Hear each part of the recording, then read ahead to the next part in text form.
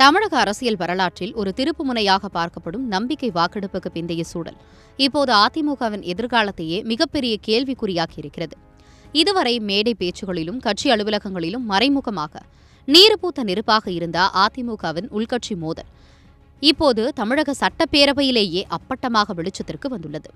முதலமைச்சர் விஜய் தலைமையிலான தாவேக அரசுக்கு ஆதரவாக அதிமுகவின் முக்கிய தூண்களாக கருதப்பட்ட சி.வி. சண்முகம் மற்றும் எஸ்.பி. வேலுமணி தரப்பு வெளிப்படையாக வாக்களித்தது எடப்பாடி பழனிசாமிக்கு தரப்பட்ட மிகப்பெரிய அரசியல் அதிர்ச்சியாகவே பார்க்கப்படுகிறது. சட்டப்பேரவையில் இருந்த 47 அதிமுக எம்எல்ஏக்களில் எடப்பாடி பழனிசாமிக்கு ஆதரவாக 22 பேரும், வேலுமணி சண்முகம் தரப்புக்கு ஆதரவாக 25 பேரும் பிரிந்து நிற்பது கட்சியின் அதிகார போட்டி எந்த திசையில் செல்கிறது என்பதை தெளிவுபடுத்தியுள்ளது. கொறடா உத்தரவை மீறிய 25 பேர் மீதும் கட்சி தாவல் தடை சட்டத்தின் கீழ் நடவடிக்கை எடுக்க எடப்பாடி பழனிசாமி தரப்பு தீவிரமாக ஆலோசித்து வருகிறது.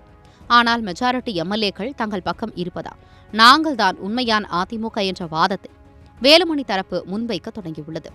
இது சாதாரண உள்கட்சி மோதல் என்பதையும் தாண்டி கட்சியின் அதிகாரப்பூர்வ அங்கீகாரத்திற்கான போராக மாறியுள்ளது.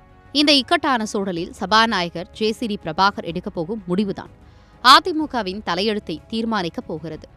சட்டப்பேரவை அதிமுக குழு தலைவர் யார், அதிகாரப்பூர்வ கொறடா யார் என்பதை சபாநாயகர் அங்கீகரிப்பதில் ஏற்படும் காலதாமதம் அல்லது அவரது அதிரடி அறிவிப்பு எடப்பாடி பழனிசாமிக்கு சாதகமாக அமையுமா அல்லது முட்டுக்கட்டையாக இருக்குமா என்பதுதான் தற்போதைய $1 மில்லியன் கேள்வி.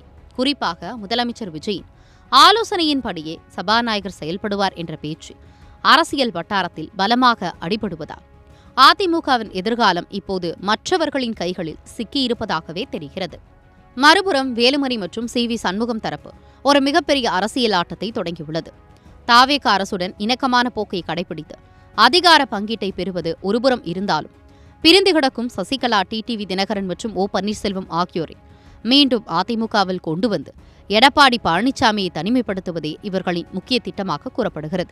அனைவரையும் ஒன்றிணைக்க தயார் என வேலுமணி கொடுத்த சிக்னல் அதிமுகவில் ஒரு புதிய தலைமை உருவாகப் போவதை கோடிட்டு காட்டுகிறது. தகுதி நீக்க நடவடிக்கை, பொதுக்குழு கூட்டம் என அடுத்த சில வாரங்களில் தமிழக அரசியலில் அனல் பறக்கும் மாற்றங்கள் நிகழப்போவது உறுதி.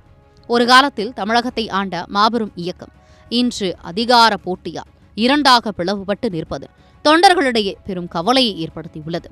இதில் இறுதியாக வெல்லப்போவது யார் என்பதை பொறுத்திருந்துதான் பார்க்க வேண்டும்.